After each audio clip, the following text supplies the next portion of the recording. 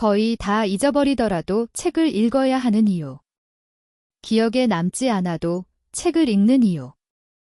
한 번 읽고 모든 내용을 세세하게 기억하는 사람은 거의 없습니다. 소설의 주인공 이름, 줄거리조차 기억이 나지 않는 경우가 많죠. 얼마 전 읽은 신앙서적이나 교회 소그룹에서 함께 읽은 신학서적의 핵심 내용도 몇 가지 빼고는 기억나지 않을 때가 많습니다. 이럴 때 우리는 생각합니다. 어차피 다 잊어버릴 거라면 굳이 책을 읽어야 할까? 시간을 더 효율적으로 쓸 수 있는 다른 방법은 없을까? 그러나 기억에 남지 않아도 책을 읽어야 하는 이유는 분명히 존재합니다. 이유를 알게 되면 당신은 다시 책을 집어들게 될 것입니다. 1%의 능력, 인생을 바꾸는 한 문장의 힘. 1981년 젊은 목사였던 존 파이퍼는 주일학교 교사들에게 격려의 메시지를 전했습니다. 당시 많은 교사들은 이렇게 고민했습니다. 아이들이 매일 TV를 몇 시간씩 보는데 우리가 매주 30분 동안 성경을 가르치는 게 무슨 의미가 있을까요? 파이퍼는 이 질문에 이렇게 답했습니다. 인생을 바꾸는 것은 전체 책이 아니라 단 하나의 문장입니다. 파이퍼에 따르면 삶을 바꾸는 것은 전체 내용을 기억하는 것이 아니라 인생을 관통하는 통찰을 주는 한 문장이라고 말합니다. 그 문장은 우리에게 새로운 시각을 열어주고 우리의 신념을 바꾸고 오랫동안 풀리지 않던 문제에 대한 해답을 줍니다.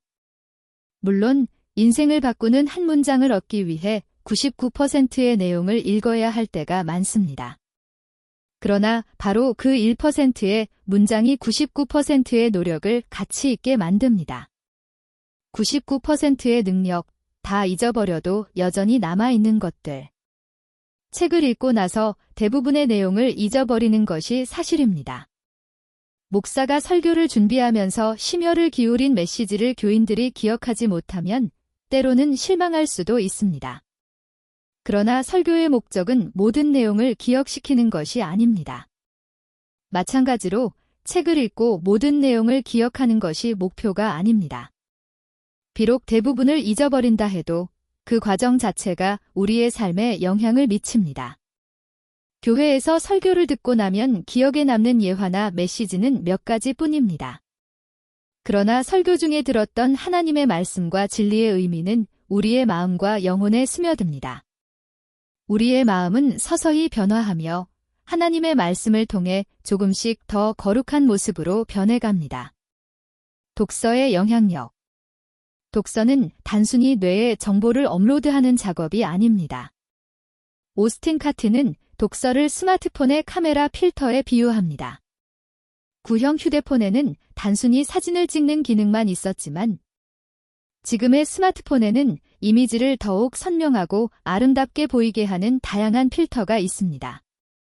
카티는 이렇게 말합니다.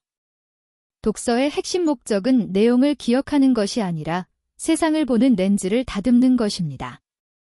우리가 책의 내용을 잊어버린다 해도 그 내용은 우리의 사고방식과 인식의 렌즈를 바꿉니다.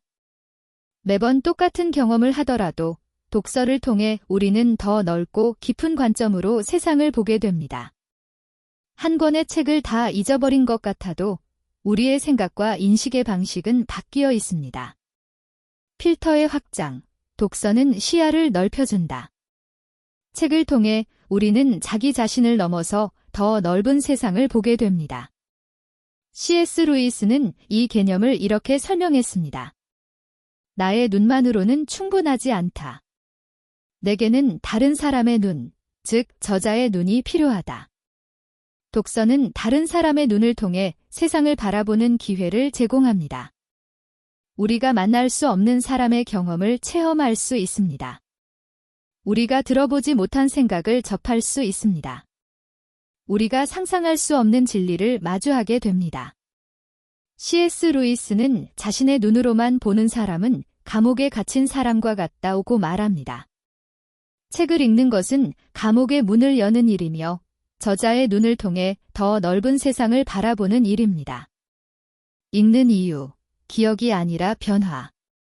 많은 사람들이 묻습니다. 다 잊어버릴 텐데 굳이 왜 책을 읽어야 할까? 여기에 대한 대답은 명확합니다. 읽은 내용을 기억하는 것이 아니라 나 자신이 바뀌는 것이 목적이기 때문입니다. 독서의 진짜 목표는 무엇일까요? 책의 모든 내용을 기억하는 것이 아닙니다. 한 문장을 기억하더라도 그것이 나의 인생을 바꿀 수 있다면 충분합니다. 비록 99%를 잊어버려도 나머지 1%가 내 삶을 변화시키기 때문에 우리는 책을 읽어야 합니다. 독서는 필터를 다듬는 과정입니다.